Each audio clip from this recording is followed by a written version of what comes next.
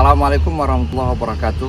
Saya Muhammad Zulham Al-Syahdian, Kepala SMP Negeri 4 Kritang, salah satu peserta seleksi kepala sekolah berprestasi tingkat Kabupaten Indragiri Hilir tahun 2025. SMP Negeri 4 Kritang sebagai satu-satunya sekolah jenjang SLTP negeri di Desa Pengalihan dalam beberapa tahun mengalami kemunduran baik dalam prestasi akademik maupun non-akademik. Hal ini berdampak pada jumlah siswa secara keseluruhan. Kalau pada tahun-tahun sebelumnya, jumlah rombongan belajar di SMP ini sebanyak 9 rombel dengan jumlah siswa per kelas sebanyak 30 orang. Akan tapi dalam beberapa tahun terakhir hanya berjumlah 8 rombel dengan jumlah siswa per kelas 20-23 siswa. Hal ini semakin dikonfirmasi oleh laporan rapor pendidikan sekolah pada tahun 2023 yang dalam aspek literasi mendapatkan skor 33,33 dan aspek numerasi hanya 16. Belum lagi berbicara tentang budaya sekolah yang jauh dari kondisi idealnya, semisal kedisiplinan, kebersihan, kegotong royongan dan lain-lain. Pendek kata, sekolah ini pada akhirnya dipandang sebelah mata kalau tidak diremehkan dengan berbagai kiprah dan prestasinya. Kondisi ini menjadi tantangan yang harus dihadapi dalam rangka menjadikan sekolah ini menjadi lebih baik ke depannya. Transformasi pendidikan mutlak dan urgen untuk dilakukan untuk mewujudkan sekolah yang memiliki prestasi baik secara akademik maupun non-akademik. Dalam rangka meningkatkan prestasi di SMP Negeri 4 Kritang, saya mengembangkan model kepemimpinan yang disebut dengan fitrah yang terdiri dari 1. Visi.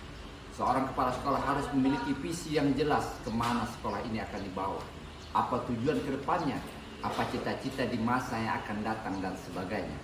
Dengan visi ini, seorang kepala sekolah memiliki goal yang jelas sehingga segala program yang dirancang menjadi teratur dan terukur. Dalam konteks ini, saya kepala sekolah memiliki visi untuk mewujudkan murid yang berakhlak dan berprestasi. Yang kedua, inovatif. Seorang kepala sekolah seyogyanya memiliki inisiatif dan motivasi untuk berinovasi. Inovasi ini menicayakan seorang kepala sekolah harus selalu melakukan perubahan-perubahan. Inovatif mengandaikan seorang kepala sekolah berpikir out of the box, bahkan in the new box. Bukan dalam hal kebijakan maupun anggaran, sehingga seluruh komponen di sekolah tahu dan mengerti arah kebijakan serta berapa anggaran yang dimiliki dan akan dikeluarkan, supaya tidak menimbulkan misinformasi yang bisa mengarah miskomunikasi dan misinterpretasi yang akhirnya menciptakan disharmoni di antara individu di sekolah. Yang keempat, akuntabel, bisa dipertanggungjawabkan. Bermakna bahwa segala kebijakan yang diambil bisa dipertanggungjawabkan baik secara regulasi dan administrasi maupun secara filosofis dan etis. Yang kelima, harmonis. Interaksi yang berlangsung di sekolah terjadi dalam suasana yang penuh kekeluargaan, keakraban dan gotong royong, sehingga apapun aktivitas yang dilakukan di sekolah bisa secara kolektif untuk dilaksanakan sehingga mencapai hasil yang maksimal. Di atas segalanya, model kepemimpinan tersebut apabila dibaca menjadi kalimat fitrah yang notabene kalau kita maknai dalam bahasa Arab bermakna suci, ikhlas dan tulus. Ini menjadi alasan fundamental bagi saya dalam bekerja, bahwa seorang kepala sekolah seyogyanya memiliki niat, landasan dan tujuan yang suci, ikhlas dan tulus di dalam tugasnya untuk sebesar-besarnya memajukan dan mengembangkan dunia pendidikan. Hal ini menjadi pengingat agar di dalam bertugas sebagai kepala sekolah tidak ada motif ekonomi, jabatan dan kekuasaan serta motif-motif lainnya selain untuk mengembangkan dan memajukan dunia pendidikan. Dengan model kepemimpinan ala fitrah ini, saya bersama seluruh komponen di sekolah melakukan beberapa terobosan dalam program dan kegiatan, baik dalam proses pembelajaran, pengembangan bakat dan minat, pembentukan karakter, serta penataan lingkungan pembelajaran. Adapun kegiatan tersebut dibagi dalam beberapa kategori. Yang pertama, harian, artinya dilaksanakan setiap hari. Sebagai contoh misalnya salam pagi, sholat duha, sholat zuhur berjamaah, serta pungut sampah.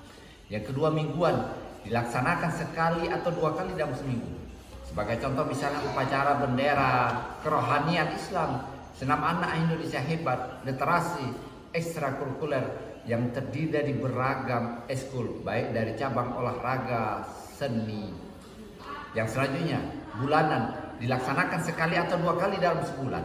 Sebagai contoh misalnya kegiatan komunitas belajar dan evaluasi serta refleksi rutin. Yang keempat, tahunan dilaksanakan sekali atau 2 kali dalam setahun. Sebagai contoh misalnya rapat rencana kegiatan dan anggaran sekolah yang diadakan di awal tahun.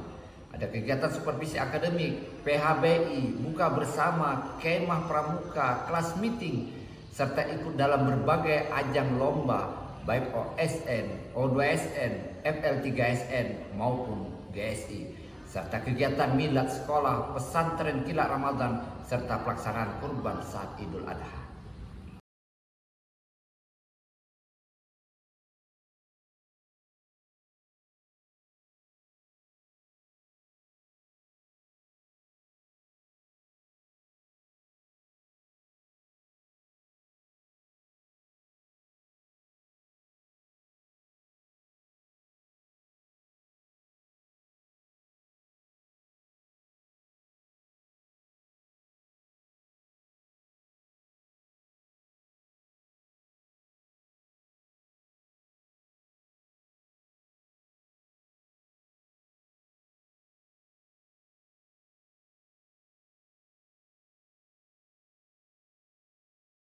Walaupun demikian, tidak dipungkiri bahwa dalam pelaksanaan beragam program yang sudah direncanakan tersebut tidak semudah dan seindah yang dibayangkan.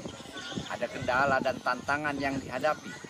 Sebut saja misalnya kendala motivasi anggota tim, anggaran yang tidak memadai, kompetensi yang terbatas, para peserta didik yang tidak fokus dan serius, serta hasil yang tidak sesuai ekspektasi. Dalam menyikapi beragam kendala dan tantangan di atas, ada beberapa langkah yang kami lakukan. Yang pertama, perkuat motivasi diri anggota tim, serta perjelas dan pertegas visi yang hendak dicapai dari program yang sudah direncanakan. Lakukan perubahan mindset kepada anggota tim sehingga memiliki motivasi yang lebih militan dan spontan. Yang kedua, cari alternatif dan terobosan lain yang memungkinkan dalam pencarian dana kegiatan, misal kerjasama dengan alumni, kerjasama dengan orang tua atau wali murid serta didik, proposal yang tidak mengikat serta dari para donatur.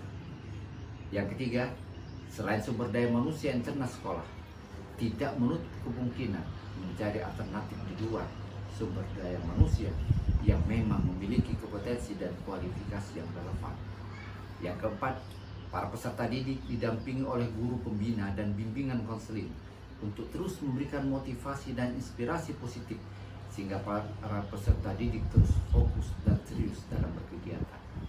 Yang kelima, tanamkan semangat pantang menyerah dan terus maju dengan prinsip jatuh 7 kali dan bangun 8 kali, serta usaha tidak mengkhianati hasil. Dan yang terakhir, lakukan interaksi, komunikasi dan diskusi yang intens di antara seluruh komponen sekolah untuk terus mencari inovasi dan kreasi dalam mensukseskan program yang sudah direncanakan. Dengan seluruh program dan kegiatan yang banyak dan telah kami laksanakan, serta capaian yang sudah kami peroleh, kami sampai pada sebuah kesimpulan bahwa tidak ada yang tidak mungkin. Man jadda wajada, siapa yang bersungguh-sungguh akan berhasil. Kalimat tersebut menjadi mantra yang memotivasi kami untuk terus berusaha meningkatkan prestasi sekolah. Dengan kondisi kami sebelumnya yang jauh dari kata ideal, justru menjadi motivasi yang kuat untuk menjadikan sekolah kami menjadi salah satu sekolah terbaik di Kabupaten Indragiri Hilir, bahkan Provinsi Riau. Oleh karenanya, dipandu oleh visi yang jelas, langkah inovatif yang dilakukan dengan kebijakan yang transparan dan akuntabel, serta lingkungan pembelajaran yang harmonis. Hari ini, secara tegas kami sampaikan bahwa SMP Negeri 4 Keritang sudah berubah from zero to hero. Suatu lembaga sekolah tergantung pada kepala sekolah yang memimpin dan bagaimana model kepemimpinan. Dalam rangka itulah saya mengembangkan model kepemimpinan ala fitrah, yaitu visi, inovatif, transparan, akuntabel, dan harmonis, yang dimotivasi semangat yang tulus untuk memajukan sekolah. Dengan ini diharapkan akan bisa mewujudkan peserta didik yang berakhlak dan berprestasi. Dengan ini, segala tantangan dan kendala yang dihadapi akan bisa diatasi untuk kemudian secara kreatif berusaha mengembangkan berbagai aktivitas dan program yang berorientasi kepada peserta didik. baik yang bersifat akademik maupun akademik, yang berorientasi pada pengembangan karakter dan prestasi para peserta didik. Sehingga dengan ini diharapkan akan bisa mewujudkan peserta didik yang berakhlak dan berprestasi.